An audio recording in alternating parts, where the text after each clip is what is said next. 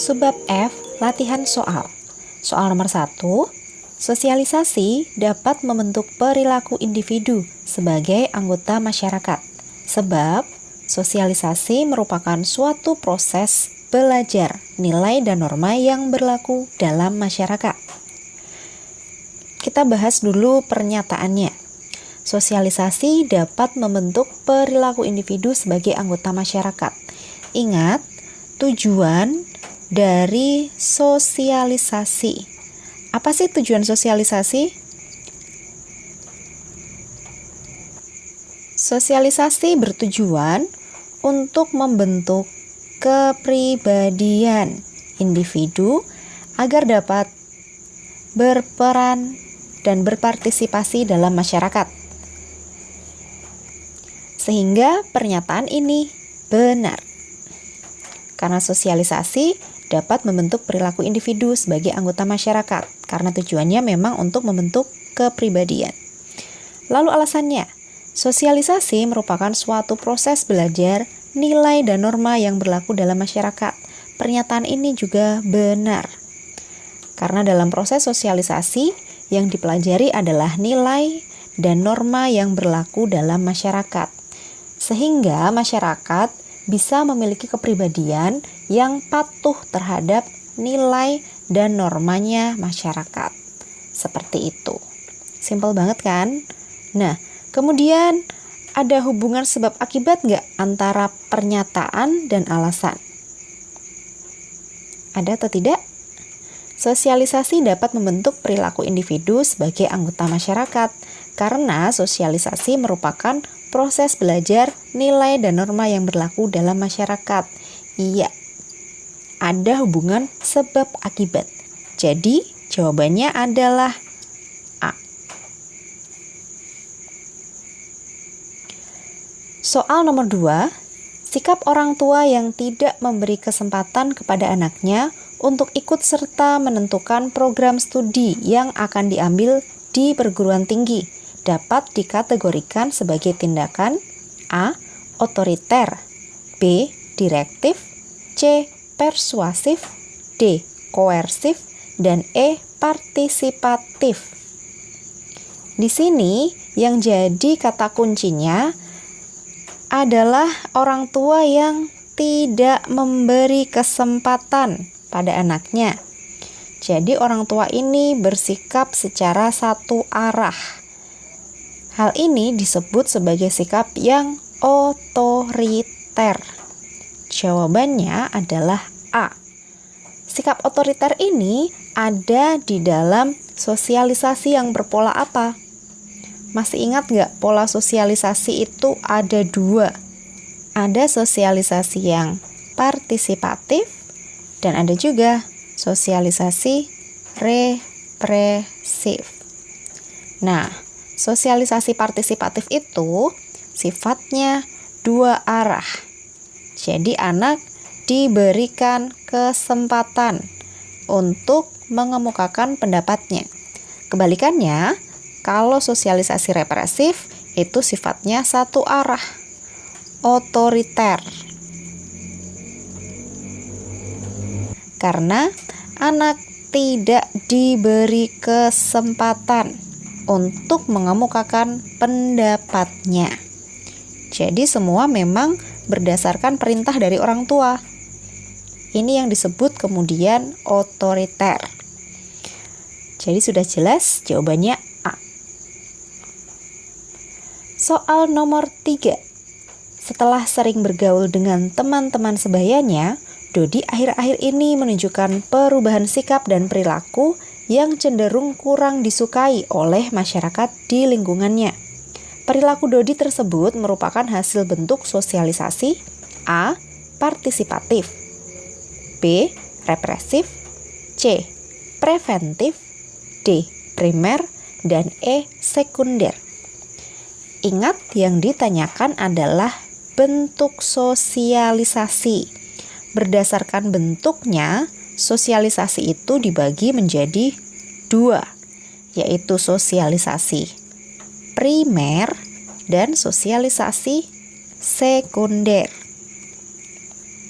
Sosialisasi primer terjadinya pertama.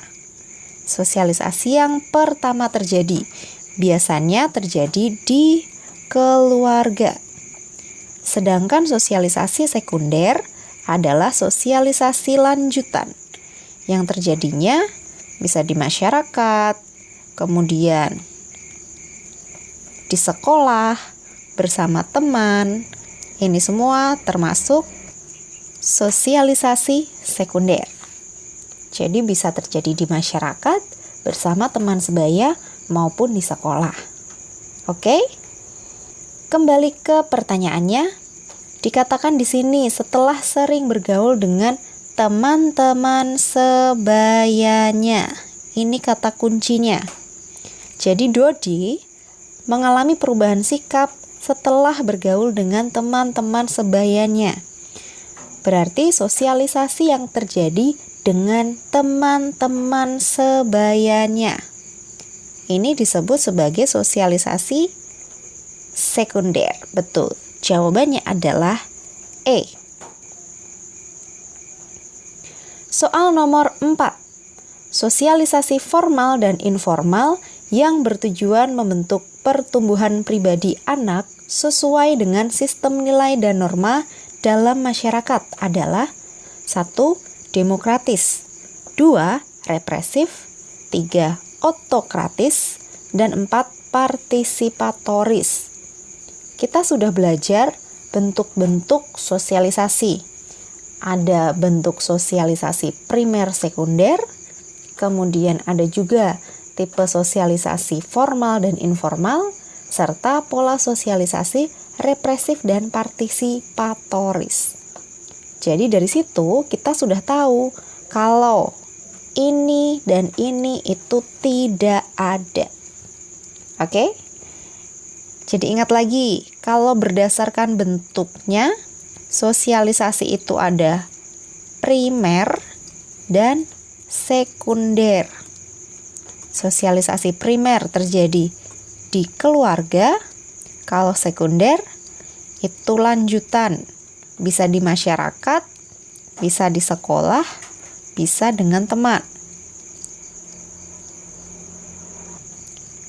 Berdasarkan jenisnya atau tipenya, sosialisasi dibagi jadi 2. Ada formal dan ada informal. Sosialisasi formal terjadinya melalui lembaga yang berwenang seperti sekolah. Sedangkan sosialisasi yang informal itu terjadi tidak melalui lembaga, bisa di masyarakat umum maupun di keluarga. Sedangkan berdasarkan polanya, sosialisasi dibagi jadi sosialisasi yang represif dan partisipatoris atau partisipatif, sama saja. Kalau represif tadi sifatnya satu arah, di mana anak tidak diberi kesempatan untuk berpendapat, sedangkan partisipatoris itu sifatnya 2 arah, di mana anak diberi kesempatan untuk berpendapat. Berarti dari sini sudah jelas jawabannya ya. 2 dan 4 benar. Berarti jawabannya adalah C. Soal nomor 5. Seseorang atau kelompok yang hidup di pegunungan berbeda kepribadiannya dengan orang-orang yang tinggal di dataran rendah. Faktor yang mempengaruhi pembentukan kepribadiannya adalah A. Warisan biologis, B. Lingkungan alam, C. Pengalaman kelompok, D. Pengalaman unik, dan E. Kebudayaan masyarakat. Jadi, kita ingat lagi faktor yang mempengaruhi pembentukan kepribadian ada 5. Yang pertama adalah warisan biologis, seperti contohnya kecerdasan. Misalnya kecerdasan seorang anak itu diturunkan dari ibunya, berdasarkan penelitian seperti itu. Yang kedua adalah lingkungan alam. Jadi karena perbedaan topografi, kemudian perbedaan iklim, sumber daya alam, itu semua berpengaruh terhadap kepribadian individu. Yang ketiga adalah lingkungan sosial dan budaya. Ini tentu saja berpengaruh terhadap kepribadian individu, karena kebudayaan itu sangat berpengaruh terhadap bagaimana masyarakat menjalani atau mematuhi nilai dan norma, seperti itu. Yang keempat kemudian adalah pengalaman kelompok, apa yang dialami secara bersama-sama oleh kelompok.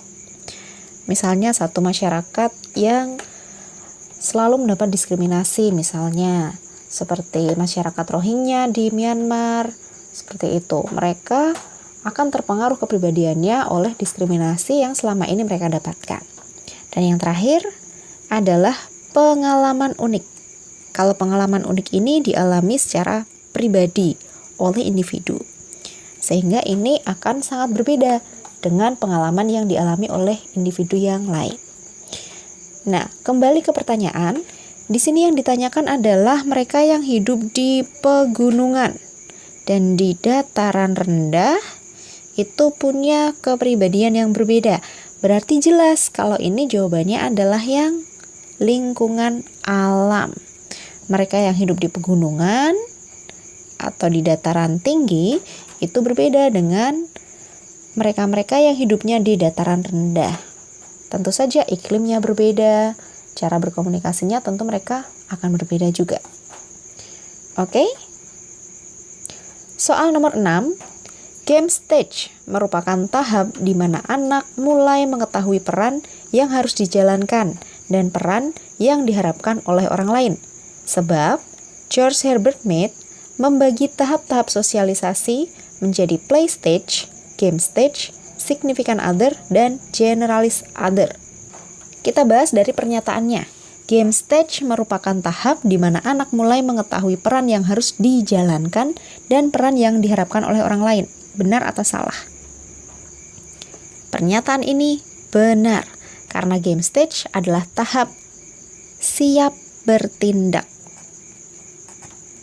Di tahap ini, seorang anak sudah mulai mengetahui apa saja yang harus dia jalankan, serta apa saja yang dijalankan oleh orang lain. Ini tahap-tahap remaja katakanlah, seperti tahap di mana teman-teman sekarang. Itu tahap game stage. Tahap di mana anak-anak mulai mengetahui peran yang harus dijalankan dan peran yang harus dijalankan juga oleh orang lain. Alasannya, George Herbert Mead membagi tahap-tahap sosialisasi menjadi play stage, game stage, significant other, dan generalist other. Ini benar atau salah? Kita ingat dulu. George Herbert Mead punya teori yang berjudul role taking atau proses belajar peran atau proses pengambilan peran yang nanti dibagi menjadi 4 tahap. Yang pertama adalah tahap preparatory stage, yang kedua play stage, ketiga game stage, dan yang keempat adalah generalist other.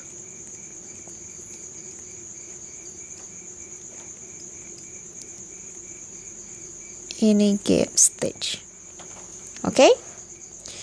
Nah, di sini ada 4 tahap. Ada preparatory stage, itu tahap di mana anak-anak mulai meniru tetapi belum sempurna. Kalau play stage itu sudah meniru peran orang dewasa. Kalau game stage mulai paham dengan perannya. Kalau generalist other sudah bisa melaksanakan peran dengan baik. Jadi, dari alasan ini, play stage benar, game stage juga benar. Nah, ini yang salah. Significant other bukan tahap-tahap sosialisasi. Significant other artinya adalah orang-orang yang berpengaruh di dalam proses sosialisasi. Jadi, alasannya salah. Benar dan salah, pilihan jawabannya adalah C. Soal nomor 7. Anak usia 1-5 tahun memiliki kebiasaan bermain menirukan peran yang dilakukan oleh orang dewasa yang berada di lingkungan sekitarnya. Sebab usia 1-5 tahun memasuki tahap game stage yang ditandai dengan bermain peran seperti orang dewasa. Kita kaji dulu dari pernyataannya. Anak usia 1-5 tahun memiliki kebiasaan bermain menirukan peran yang dilakukan oleh orang dewasa yang berada di lingkungan sekitarnya. Kira-kira usia 1-5 tahun itu ada di tahap mana sih? Ya, ini ada di tahap play stage. Apa yang dilakukan ketika tahap play stage? Bermain. Oke, bermain apa? Menirukan peran. Berarti ini jawabannya benar. Karena di tahap ini anak-anak itu mengetahui peran-peran seperti polisi, dokter, kemudian mereka menirukan itu. Alasannya, usia 1-5 tahun memasuki tahap game stage yang ditandai dengan bermain peran seperti orang dewasa. Tadi sudah dibahas bahwa bermain peran itu ada di tahap play stage, bukan di tahap game stage. Berarti alasannya salah. Pernyataan benar, alasan salah. Pilihan jawabannya adalah C.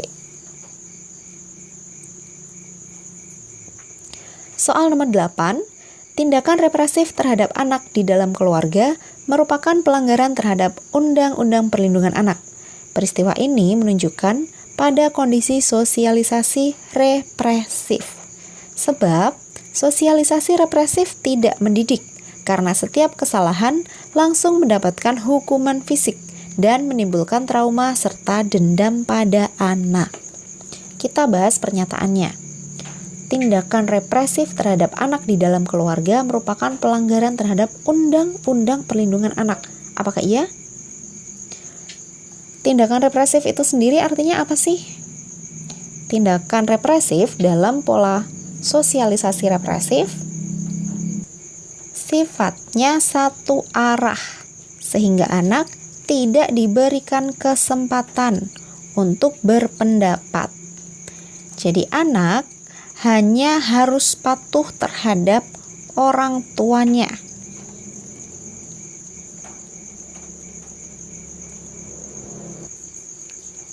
Kenapa? Karena anaknya dianggap sebagai objek sosialisasi. Apakah tindakan seperti ini kemudian merupakan pelanggaran terhadap Undang-Undang Perlindungan Anak? Tidak. Jawabannya salah. Karena kenyataannya memang tindakan ini tidak melanggar undang-undang seperti itu. Sifatnya memang tidak terlalu mendidik karena hanya bersifat satu arah, sehingga anak tidak berkembang, kreativitasnya tidak berkembang, kemandiriannya, karena semua selalu diarahkan oleh orang tuanya. Alasannya, sosialisasi represif tidak mendidik karena setiap kesalahan langsung mendapatkan hukuman fisik dan menimbulkan trauma serta dendam pada anak. Tidak dikatakan bahwa sosialisasi represif itu langsung mendapat hukuman fisik. Karena dalam sosialisasi represif, hukuman dan imbalan itu sifatnya material. Iya. Hukuman dan imbalan sifatnya material. Tetapi bukan berarti kemudian dikatakan bahwa pasti mendapat hukuman fisik. Itu tidak. Sifatnya material. Oke? Berarti alasannya juga salah. Pernyataannya salah, alasannya juga salah. Pilihan jawabannya adalah E. Soal nomor 9. Salah satu keberhasilan sosialisasi adalah kepatuhan individu dalam menjalankan perannya sebagai anggota masyarakat. Sebab tujuan sosialisasi adalah mencegah terjadinya perilaku menyimpang. Kita bahas dari pernyataannya. Salah satu keberhasilan sosialisasi adalah kepatuhan individu dalam menjalankan perannya sebagai anggota masyarakat. Kita ingat lagi, tujuan dari sosialisasi. Apa tujuan sosialisasi? Sosialisasi adalah bertujuan untuk membentuk kepribadian yang bagaimana? Yang bisa menjalankan perannya sehingga mampu berpartisipasi di dalam masyarakat. Jadi pernyataannya benar. Karena kepatuhan individu untuk menjalankan perannya itu merupakan tujuan sosialisasi. Jadi ketika ini tercapai, maka sosialisasi dikatakan berhasil. Alasannya, tujuan sosialisasi adalah mencegah terjadinya perilaku menyimpang, benar atau salah. Dalam proses sosialisasi yang bertujuan untuk membentuk kepribadian agar dapat berperan dalam masyarakat, yang dipelajari itu apa? Yang dipelajari adalah nilai dan norma yang berlaku di masyarakat, sehingga bisa membentuk kepribadian yang taat atau patuh terhadap nilai dan norma. Sehingga ketika mereka patuh terhadap nilai dan norma, artinya mereka tidak berperilaku menyimpang.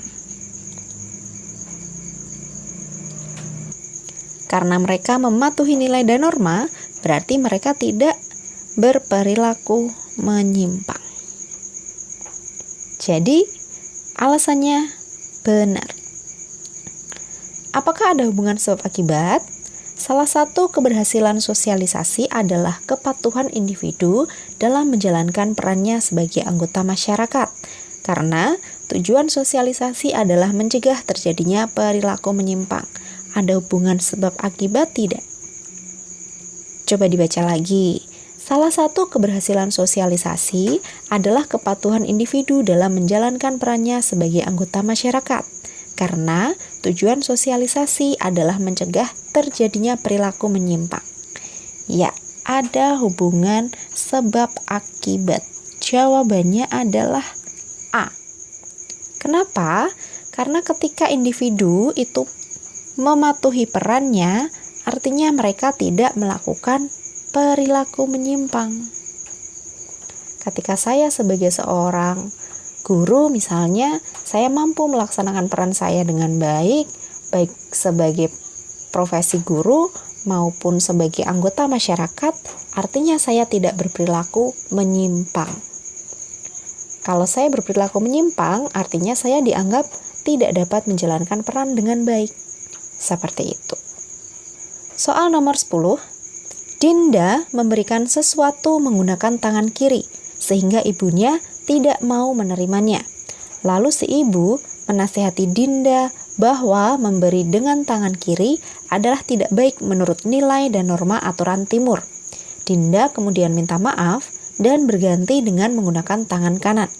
Tujuan sosialisasi yang dilakukan ibu seperti pada ilustrasi adalah A. Menciptakan solidaritas masyarakat. B. Menjadikan anak patuh pada orang tua. C. Membentuk pribadi sesuai aturan. Dan D. Mengarahkan pendidikan formal. Serta E. Memperkuat perasaan kolektif. Yang ditanyakan adalah tujuan sosialisasi. Ingat, dari awal kita sudah bahas bahwa tujuan sosialisasi adalah membentuk kepribadian yang taat terhadap nilai dan norma yang berlaku, sehingga bisa menjalankan perannya dan berpartisipasi di dalam masyarakat. Dah, ini rumus ya. Sudah jelas, rumus dari tujuan sosialisasi. Ilustrasinya di situ dikatakan bahwa ibu menasehati Dinda agar menggunakan tangan kanan. Intinya kan itu. Tapi karena yang ditanyakan adalah tujuan sosialisasi, sebenarnya sudah bisa langsung dijawab. Tujuan sosialisasi yang dilakukan ibu dengan menasehati Dinda tadi untuk mengganti tangan kirinya dengan menggunakan tangan kanan. Itu adalah jawabannya yang C. Membentuk pribadi sesuai aturan atau sesuai dengan nilai dan norma. Soal nomor 11, pola sosialisasi yang menggambarkan adanya kepatuhan yang dipaksakan, hukuman kepada individu yang melanggar norma, dan kekuatan otoritas adalah 1. Sekunder, 2. Primer, 3. Partisipatif, dan 4. Represif. Kita ingat lagi, pola sosialisasi itu dibagi menjadi 2. Ada sosialisasi partisipatoris dan ada juga sosialisasi represif. Ingat kan? Sosialisasi partisipatoris, ciri-cirinya bagaimana? Sosialisasi partisipatoris, yang pertama, cirinya adalah otonomi anak. Karena anaknya sebagai subjek. Jadi otonomi anak. Yang kedua, sosialisasinya berpusat pada siapa? Pada anak. Yang ketiga, komunikasi bersifat 2 arah. Jadi anak diberikan kesempatan untuk berpendapat. Lalu bagaimana dengan hukuman maupun imbalannya? Sifatnya simbolis. Lalu bagaimana dengan sosialisasi yang represif? Ciri-cirinya yang pertama, kepatuhan anak. Tidak lagi ada otonomi anak karena anak di sini berdiri sebagai objek. Yang kedua, sosialisasinya berpusat pada orang tua. Yang ketiga, komunikasinya bagaimana?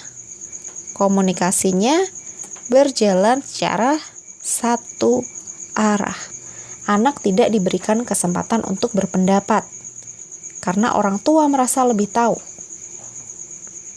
Yang keempat, bagaimana hukuman maupun imbalan di dalam sosialisasi represif? Sifatnya material. Kita kembali ke pertanyaan ya. Kepatuhan yang dipaksakan. Ini jelas.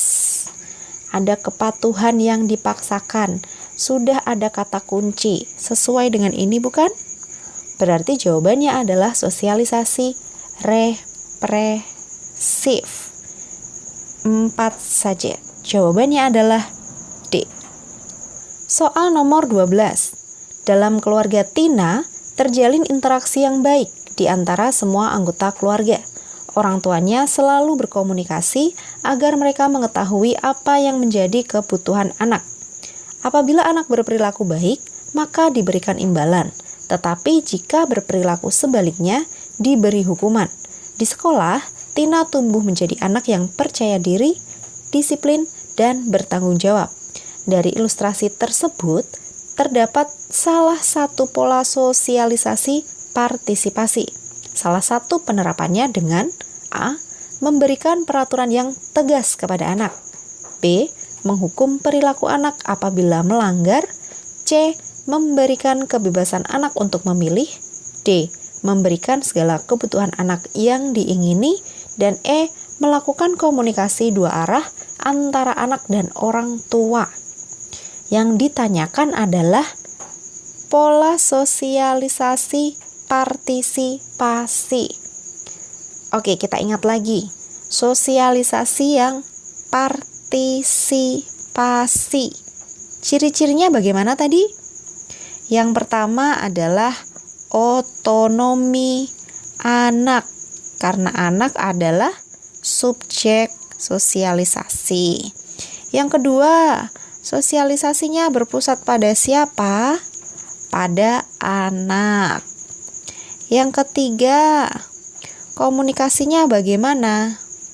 Komunikasinya dua arah antara anak dan orang tua.